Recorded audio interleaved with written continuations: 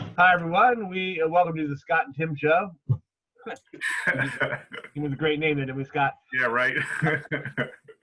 We are here today with Seamus Kennedy, who is one of the funniest and most entertaining performers that you'll come across anywhere. And I mean that sincerely. Seamus, thank you for taking a few minutes to talk with us. It's always a pleasure to be on the air with two of the greatest shock jocks in America. Yeah, we have a face for radio. Yeah, a great face for radio. So, Seamus, how have you been dealing with things? Where are you now, actually? I'm just outside of Annapolis, Maryland, in Arnold, and we've been coping. We got the cleanest house on the street. Our yard looks wonderful. The shed has been cleaned. All the housework has been done. Painted the fence, you know. We've got a lot of the same things going on around here. Yeah. Learning new recipes, trying them out. Yeah. Did you have to go into your local Lowe's to get all your stuff for your yard? So I go to Home Depot. How the crowd's been at Home Depot? Very good, actually. They've been observing the social distancing. Most people are pretty sensible about it when they're out there. Seamus, before we get into your music, I guess did you ever think you'd ever see anything like this in your life? Never did. No. This is it's the first for me. Right. There's going to be a load of really good songs coming out of this too. Oh, you ain't kidding. Has anything come to mind for you yet? No, just some minor ones. You know, I haven't done anything. I'm putting a song a day up on my Facebook page, but it's mostly Irish stuff. What I decided to do was put up songs that I haven't sung for about 40 years and had dropped out of my repertoire. So I was getting them back. But a couple of friends of mine sent me a couple of nice little parodies, so I'll probably post them as well. Seamus, how did you get involved in, and Scott, please hop in whenever you want to, because you've seen this show. So, Scott, Seamus, I know the short story, how did your career start? How did you get going in this? Did you have to make a choice between music and comedy, and you said, I'm going to put them both in, or how did No. Yeah, the comedy is just an offshoot of the music, because I was always a folk singer and a musician. And I used to tell jokes in between songs because I don't like dead air. And I didn't like performers who'd say, and the next song is going to be, and now this song is about, so I would tell a joke in there, and next thing you know, there's more jokes than songs. And where did you first experience that growing up? You've definitely executed not only being a solid musician, but also being a well-rounded entertainer. Where did you draw that from? My heroes were the Clancy brothers and Tommy Makem, the very seminal Irish folk group of the 60s. And I got to see them live several times. And it was always my ambition to play with them later in life, which I did. So you don't know the thrill of playing with your heroes. I mean, that's a real charge. But they were masters of stagecraft. So I watched everything that they did and sort of emulated them. What would you say to any young performers about what you emulated and what would you give them as far as advice in that vein? It's the same thing. Find a performer whom you really admire, what you like about their performance, whether instrumental or vocal, comedy, whatever, and then just take from them. Don't copy them, but take from them. I mean, some of my musical heroes are also comedy heroes, and I'm talking about people like Victor Borge and a lot of great musicians, Steve Martin, comedians who are also superb musicians. Yeah, I have a theory. A lot of the great American comedians of the 20th century were musicians or associated with music in some way or another. Henny Youngman, fiddle player. Jack Benny, fiddle player. Right. Right. Talk about the Victor Borge. How, for those of you, I don't know if you could describe that bit that you do, or I don't know how many of his bits you do. This was the story of Cinderella that you told, and you have a way of telling it. I don't know if you can give people an example of that. Well, that was a combination of two comedians, both musicians, whose material I borrowed from, I don't like the word stole, I borrowed it. So Archie Campbell was an old guy on Hee Haw that ran the barber shop, and he had a wonderful comedy routine where he told fairy stories, like Grimm Brothers fairy stories, in spoonerisms, where the initial letters of words were transposed. So I took Rindersella, and Victor Borge gave us phonetic punctuation, and that's where he assigned sounds to punctuation marks. So a comma was, a period was question mark, exclamation mark, you know, and so I combined the two bits. How long did it take you to memorize that bit, Seamus? Oh, about an hour and a half. No doubt in my mind. If you're out there watching it, hopefully you may get a snippet of that. With Victor does his Seamus does his live show June 4th. Is that June 6th? June 6th. June 6th. Oh, how soon they forget. Right. June 6th, he'll be on the Avalon Facebook page live and on his own page, Facebook, Seamus Kennedy Facebook page live. I highly recommend you tune in. Seamus, what do you do now with your days? Oh, you're not going to believe this, but I'm practicing more now than I did when I was full-time performing.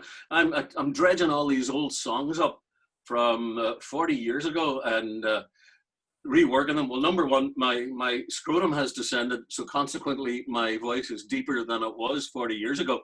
So I got to change keys. Is it okay to say scrotum on your show, boys? Maybe the ascendant part's bad. Yeah, no, I think you can do it with scrotum. Okay, so I'm practicing all those songs and my guitar work and so forth. Do you what about, is there a new Irish Celtic folk scene? Well, the Celtic folk scene is thriving, but now they're doing it all electronically. Like, nobody's performing live anymore, so you find these wonderful bands and performers going on their Facebook page and doing songs. But So festivals are all gone. Sure. What do you think the future of the music? Do you have any opinions on, with what you just said, where it's all going to go? Seamus? Actually, I have. Well, given the COVID-19 phenomenon, I have no idea where it's going to go or how long that's going to last, or if we can get back to traditional style in clubs, festivals, and theaters. At the moment, we're making do with the electronic way of doing things, the digital way, and if we master that, it could be a whole new form. I agree. Yeah, right, that kind of what we're starting to work on a little bit too, Tim, is trying Absolutely. to get that platform straight, and so we can, when we do go with live events in the theater, we'll also be streaming and allowing those people that are not comfortable yet to be within that. Absolutely, venue. yeah. So hopefully that'll all work out, and we'll it's going to be some trial and tribulations. There'll be some errors along the way. I think when this is over, we're not going to be able to jump right back into it with both feet. We're going to have to take our time. For instance, in the Avalon, there's probably going to have to be social distancing in the audience. You're not going to be able to get 300 people in there. Right. Yeah. And you've been doing this a long time, so if this had happened in the beginning of your career, how big of a financial effect would it have had? I mean, it has one now, and I don't want to minimize that. Discount it, right? Right, but for young performers, what kind of effect do you think it would have? Well, that's a hypothetical, but so I really can't say. I didn't have to experience that. The only thing I can say is, like, maybe once every 2 or 3 years, I would get the flu, because I was always pretty healthy, never got too many flus, but anytime I got the flu, I was nailed for about 10 days. So I was out of work for 10 days, and I didn't like that.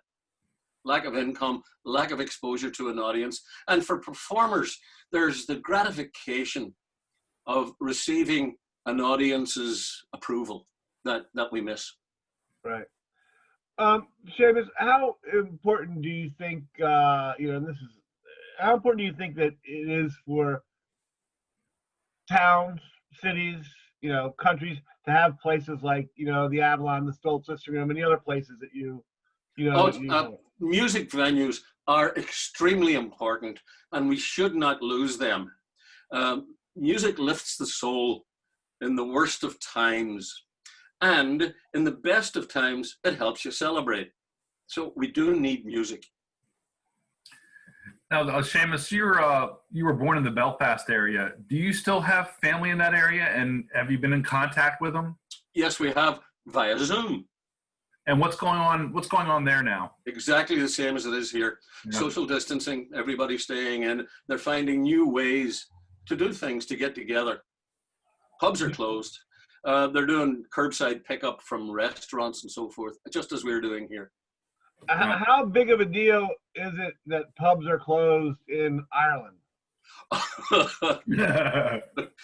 Apart from the heartbreaking aspect, yeah, we see the pub in Ireland is different from a pub over here. The pub in Ireland was like a community centre where people would go to meet and talk and discuss the topics of the day and play some music. Without the pub, they're having to do it at home. And what they find is, a friend of mine said, I hope the pub's open soon. He said, I think I'm becoming an alcoholic. Yeah. We're drinking more because the pubs are closed. Right. Yeah, that is, I'm trying to find in all of this, like, the weirdest thing, the weirdest effect that this, there's obviously the effects that it has on you personally. Like, one of the weirdest is how the rats are becoming more aggressive because the restaurants aren't open, so there's no food for them to eat, so they're attacking, and attacking other rodents, and they're attacking other animals.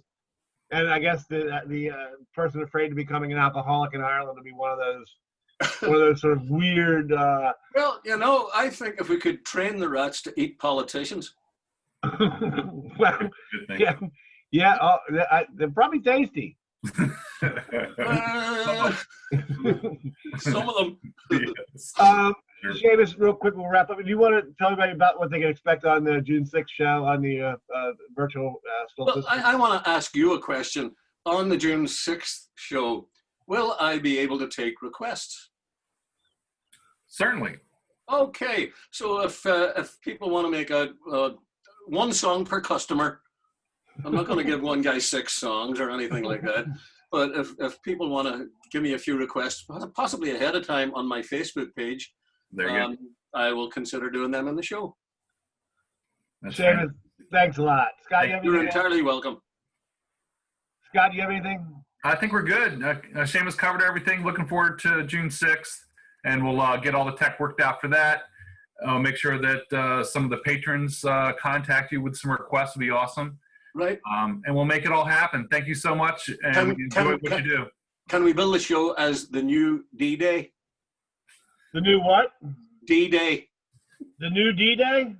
Yeah, the original D-Day was June 6th. Right, yeah. So, yeah, let's see, that's how I'm terrible on that historical stuff. Listen, the new D-Day, June 6th with Seamus Kennedy. I guarantee you, folks, everybody's feeling a little bit better because they're starting to loosen up and we're not so hunkered down, even though you still should stay kind of hunkered down, according to the experts. But I guarantee you are going to enjoy and laugh your whatever off with this show because he's a fantastic, fantastic entertainer. Thanks, guys. Yeah, just thank you very much. We'll see you June 6th. Look forward to seeing you. Thanks. D-Day. D-Day it is.